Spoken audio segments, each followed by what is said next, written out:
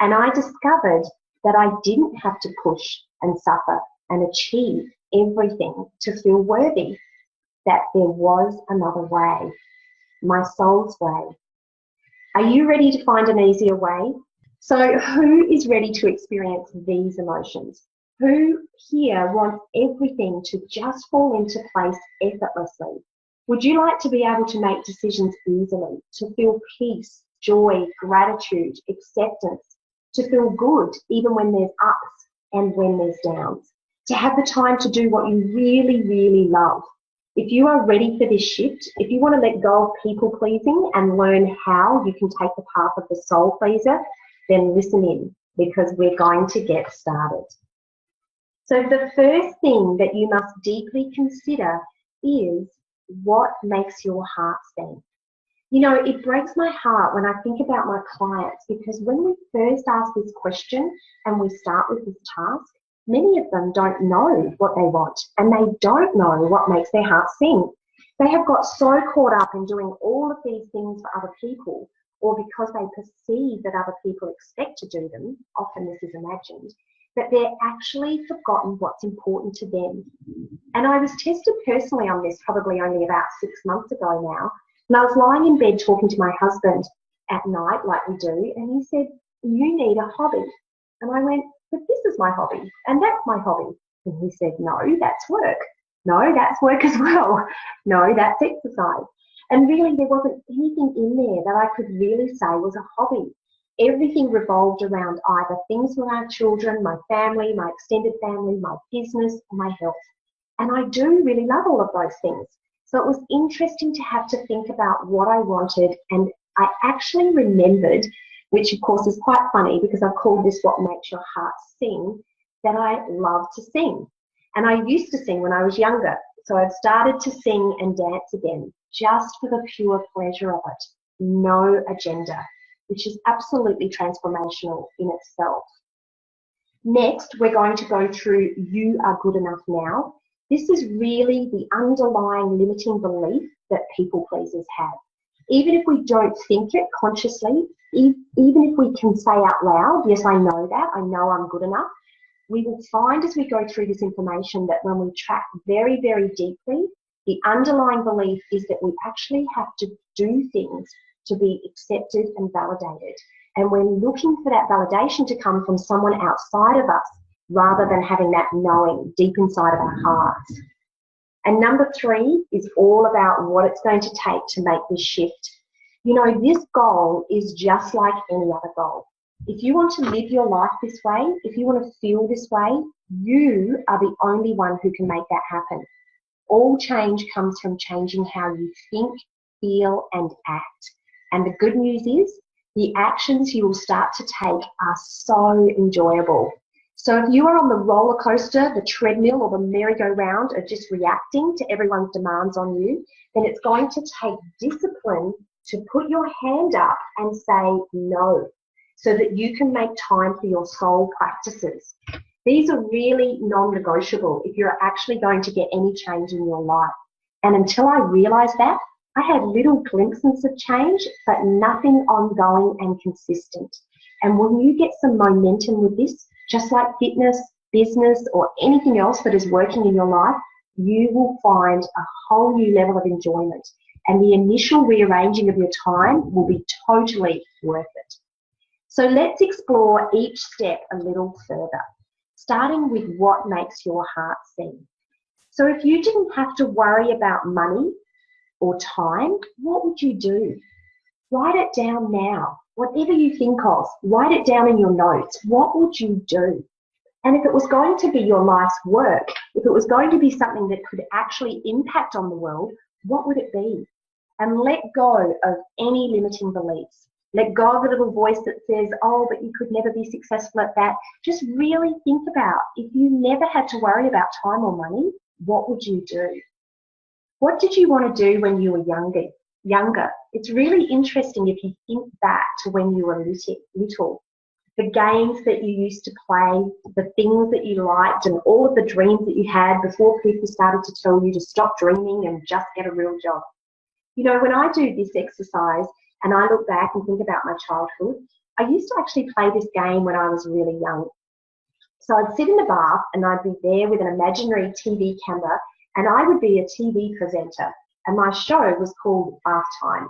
And I would teach all the children out there all of these great games to play in the bath.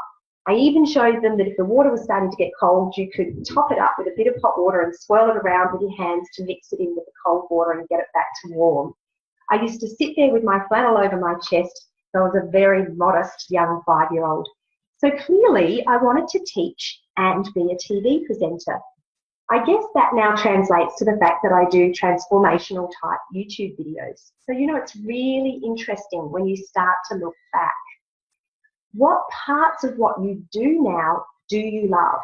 Just do an inventory and go through those things you actually love to do. So if you look at a typical day or a typical week, what you generally do on the weekend, which parts of those do you love? This will give you a real hint as to what it is that you're being drawn towards. There is no coincidence when we desire something. We are not all the same. No two of us want the same exact things. We all have unique desires, and this is a message to you. This is how you listen to your soul, by listening to what lights you up and what makes your heart sing.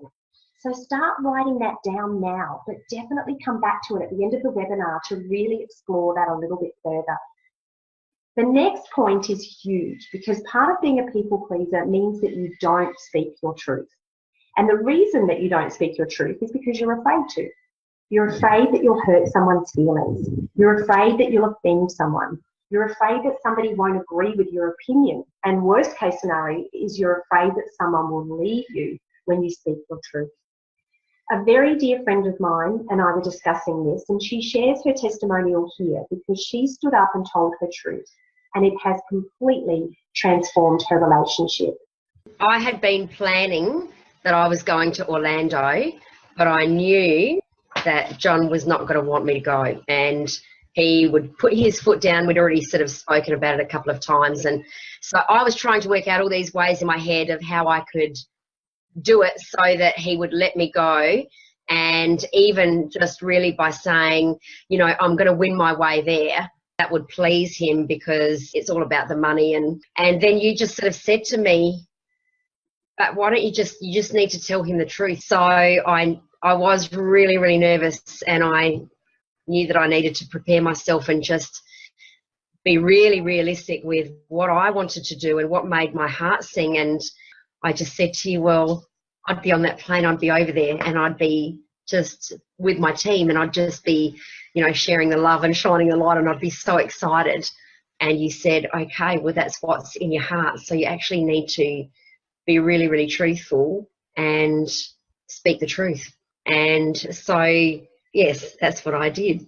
It really revitalised my relationship with him, and I felt like we were beginning again. So I was being just honest about everything, so I felt like I could be free. And since then, just the difference in my life, not only just me personally, but with my business and everything that happens in my world, with my family, with my friends, I just feel really free to be completely who I am, completely authentic, and just to speak the truth. It's just amazing feeling. I also found that I started to speak my truth bit by bit with my husband, because I definitely like to keep the peace and be a good girl and be a good wife.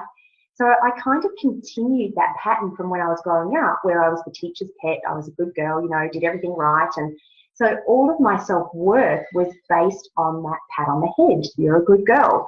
And so even though I was an adult and I was grown up and my husband wasn't actually expecting me to be a good wife, whatever that is, I had it in my own mind that was what I needed to do. And so often I didn't speak my truth because I didn't feel that it would fit with being a good wife. So my relation too has gone to a completely deeper level, because by me speaking my truth, it's allowed him to speak his as well. So it only takes one person to initiate this, and it can absolutely transform relationships. But of course, I've also done it with friendships, I've done it with business, and I'm doing it now. I found when I was Miss Australia that if I used a written speech that was partly written for me, as I did many speeches at events as I travelled around Australia, they were pleasantly received. But what people loved to hear the most was me just telling my story and just being myself. Being authentic and being true to who you are is what people are really drawn to. So if you're not speaking your truth and you're not being yourself because you think people will think you're weird, I would say to you, be weird. Because honestly, people are really drawn to you being yourself because that is who you really are. And intuitively, we're all one. The other person can feel you being your authentic self and they are drawn to that. So absolutely start to speak your truth. Speak it with kindness, of course, and be empathetic to the person that you're sharing with if this is new to them and they're not used to you speaking your truth. So when you speak your truth, you may start to say no. And for me, this completely transformed my life. I just totally underestimated how many times a day I said yes when the answer was really no. I just automatically said yes. I was on automatic pilot. So I continued to say yes to things which filled up my time with all the things that I didn't really want to do. So I had no time to do what I really wanted to do, which is what I'm doing right now. So I just had to release everything. I had to feel the fear of loss and just accept and take the risk of losing it all by saying no to all the things that were no longer in alignment with me so that I could say yes. And for me, saying yes is yes to the mission that I feel I've been called to, which is to be a messenger. Somebody to share what I've learned from my own life experiences with other people so I can help them to transform and really enjoy freedom.